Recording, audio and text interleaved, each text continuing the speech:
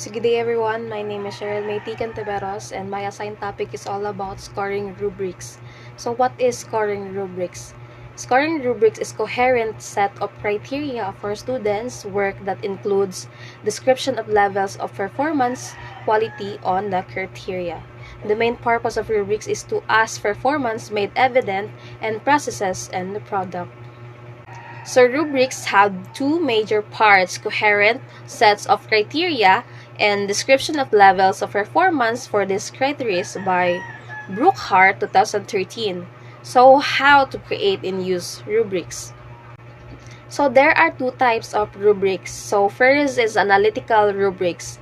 In an analytic rubric, each criterion dimension trait is evaluated separately. An analytic rubric is good for formative assessment, and it is also adapted to summative assessment because if you need an overall score for grading, you can combine the scores.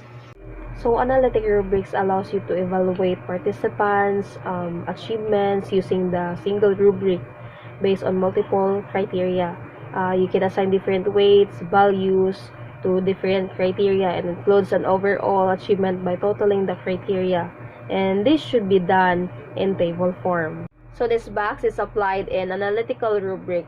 An analytic rubric example would be a grid with grading criteria along the far left side and scoring weight along the top row.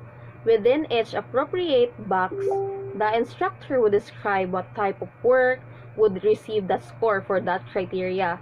So for example, if a teacher designed an analytic rubric for an essay, the grading criteria could include arguments, evidence, organization, formatting, and grammar.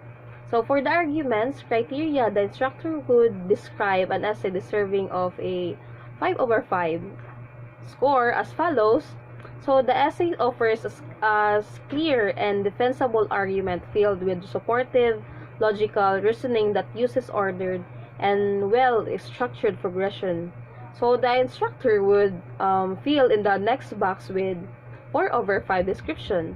So the essay offers a clear and defensible argument filled with supportive, logical reasoning, though orders progression with might be lacking. So the instructor will fill all the box based on what quality of work deserves what score. So note that this type of rubric takes a significant time investment to develop and will simplify the grading process. And also note that if students have not been made aware of what the structure means by terms like ordered progression or defensible argument, the rubric may not be helpful to them. If the students are aware of what terms means, however, the grading process should go quickly and simplify individual student feedback. So the second one is holistic rubrics. In a holistic rubrics, all criteria dimension traits are evaluated simultaneously. In a holistic rubric, scoring is faster than with analytic rubric. It is good for summative assessment. So in holistic rubrics is made of all single scale that takes into account of all criteria for the evaluation. For example, clarity, organization, and mechanics. So the rater assigns a single score, usually a 1 to 4 or 1 to 6 point scale, to the students' work using a holistic rubric. So this table is applied to holistic rubrics. So holistic rubric single criteria rubrics are one-dimensional, used to assess participants' overall achievement on an activity or item based on predefined achievement levels. Performance description are written in the paragraphs and usually in full sentences. So when would the holistic rubric be used? So holistic rubrics should be used in cases where the assignment is skill or behavior based and only requires a set of written criteria. For assignments that require multiple choices or sections of descriptions, an analytic rubrics would be more effective. So in conclusion, the difference between analytic and holistic rubrics is analytic rubrics address an assignment with many components and offer as a specific grade. So in holistic, rubrics are much more brief, generally address fewer components, and do not offer a specific grade. That's all. Thank you and God bless. Good day everyone, my name is Annabella P. Catudan and I am the last reporter of Group 2. My topic for today is the 4.8 Assessment Strategies and Multiple Intelligences and the 4.9 Assessment of Learning Outcomes in the K-12 programs. Let's talk about it first, the 4.8 Assessment and Strategies and Multiple Intelligences. Learners have multiple intelligences and varied learning styles. Students must be given the opportunity to demonstrate learning that is aligned to their multiple intelligences and to their learning styles. So, it is good for teachers to consider the multiple intelligences of learners to enable learners to demonstrate learning in a manner which makes them feel comfortable and successful. Teachers truly consider learners' multiple intelligences when they make use of variety of assessment tools and tasks. Here are the 9 multiple intelligences. First is the linguistic. Linguistic involves the sensitivity to spoken and written language, the ability to learn languages, and the capacity to use language to accomplish certain goals. So, linguistic intelligence involves the ability to comprehend words while reading, writing, or speaking. This can include reading and writing in a person's native tongue, but it also involves the ability to learn new languages. A few activities and skills related to linguistic intelligence include reading books aloud or independently, learning new vocabulary words, writing stories, sentences, or essay. Second is the logical intelligences. It is the ability to think analytically in an orderly or practical manner and or perform mathematical related tasks. People with strong logical intelligence have an aptitude for mathematical calculations, logical thinking, and pattern recognition. Logical mathematical intelligence refers to the ability to use reason and analysis to solve problems. Children with strong logical mathematical skills are also often skilled at identifying patterns to develop answers to a question.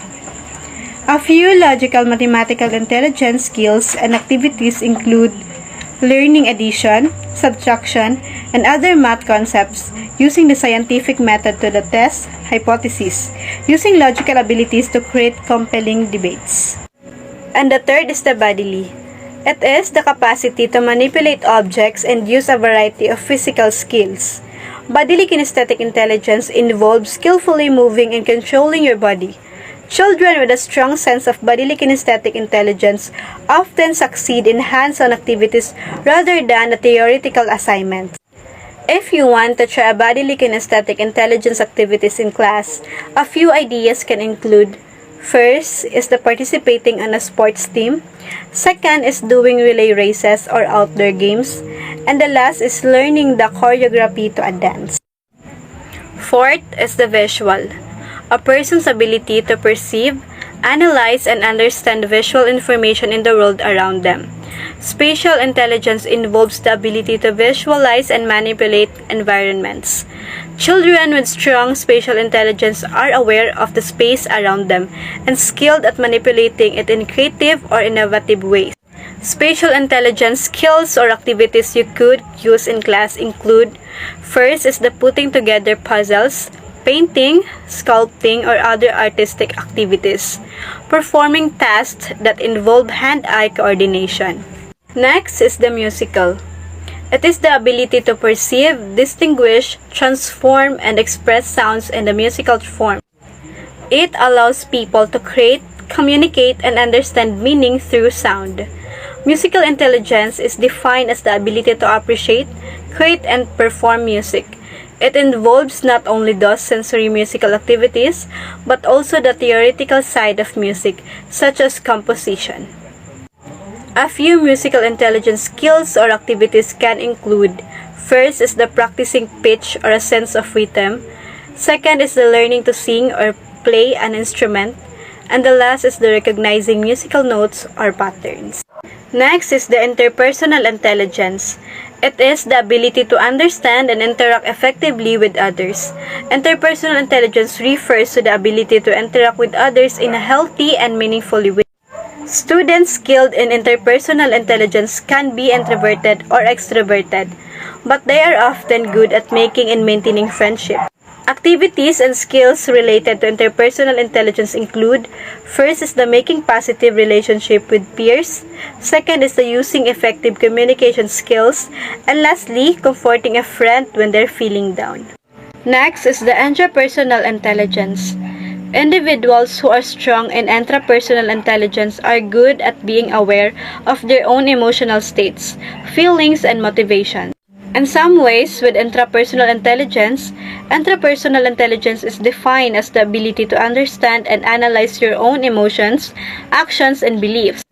It is closely linked to the social emotional skill of self-awareness or developing an understanding of yourself and how others perceive you. Skills and activities that involve intrapersonal intelligence include: first is the creating a reflection journal, second is the nurturing a strong sense of introspection, third is the practicing mindfulness activities like meditation.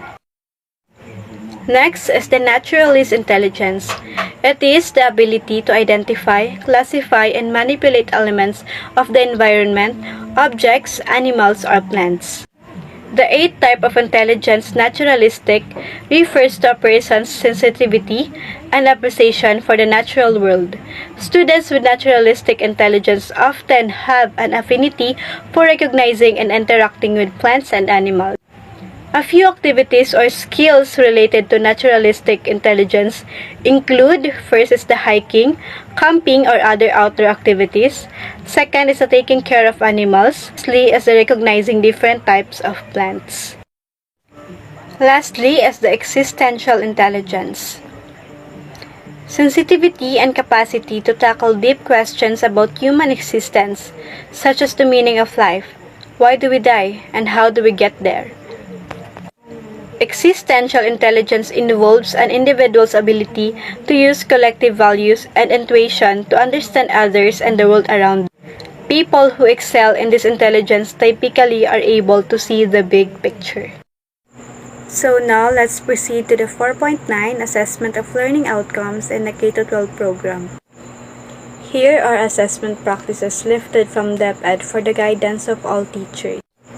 First is the teachers should employ assessment methods that are consistent with standards. This means that assessment as a process must be based on standards and competences that are stated in the K-12 curriculum grade. Assessment must be based not on content but on standards and competences. Therefore, there must be alignment between assessment tools or tasks in standards and competences. Second is teachers must employ both formative and summative assessment both individually and collaboratively. Assessment is done primarily to ensure learning. Teachers are expected to assess learning in every stage of lessons, development beginning, middle, and at the end. Third is grades are a function of written work, performances tasks, and quarterly tests. This means that grades come from multiple sources with emphasis on performance tasks from grade 1 to 12. Grades does not come from only one source, rather from multiple sources. Last is the cognitive process dimensions given by Catudan and Anderson 2001 from remembering, understanding, applying, analyzing, evaluating, and creating governs formulation of assessment tasks.